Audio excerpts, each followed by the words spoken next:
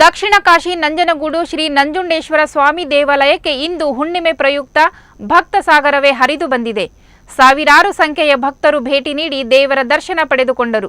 ಹುಣ್ಣಿಮೆ ಪ್ರಯುಕ್ತ ದೇವಾಲಯದ ಆಗಮಿಕ ನಾಗಚಂದ್ರ ದೀಕ್ಷಿತ್ ನೇತೃತ್ವದಲ್ಲಿ ಶ್ರೀ ನಂಜುಂಡೇಶ್ವರ ಸ್ವಾಮಿಗೆ ಫಲ ಪಂಚಾಮೃತ ಅಭಿಷೇಕ, ಕ್ಷೀರ, ಎಳನೀರು ಹಾಗೂ ಗಂಗಾಜಲದ ಅಭಿಷೇಕಗಳನ್ನು ನೆರವೇರಿಸಿ ಬಗೆ ಬಗೆಯ ಪುಷ್ಪಗಳಿಂದ ಶ್ರೀ ನಂಜುಂಡೇಶ್ವರ ಸ್ವಾಮಿಯನ್ನು ಅಲಂಕೃತಗೊಳಿಸಿ ನಂತರ ಮಹಾಮಂಗಳಾರತಿಯರೊಂದಿಗೆ ಭಕ್ತರ ದರ್ಶನಕ್ಕೆ ಅನುವು ಮಾಡಿಕೊಡಲಾಯಿತು. ವಿವಿಧೆಡೆಯಿಂದ ಬಂದ ಸಾವಿರಾರು ಭಕ್ತರು ಇಂದು ಬೆಳಗ್ಗೆಯಿಂದಲೇ ಕಪಿಲಾ ನದಿಯಲ್ಲಿ ಪುಣ್ಯ ಸ್ನಾನ ಮಾಡಿ ಉರುಳು ಸೇವೆ, ಧೂಪದೀಪದ ಸೇವೆ, ತುಲಾಭಾರ ಸೇವೆ ಮಾಡಿ ಭಕ್ತಿ ಭಾವ ಮೆರೆದರು.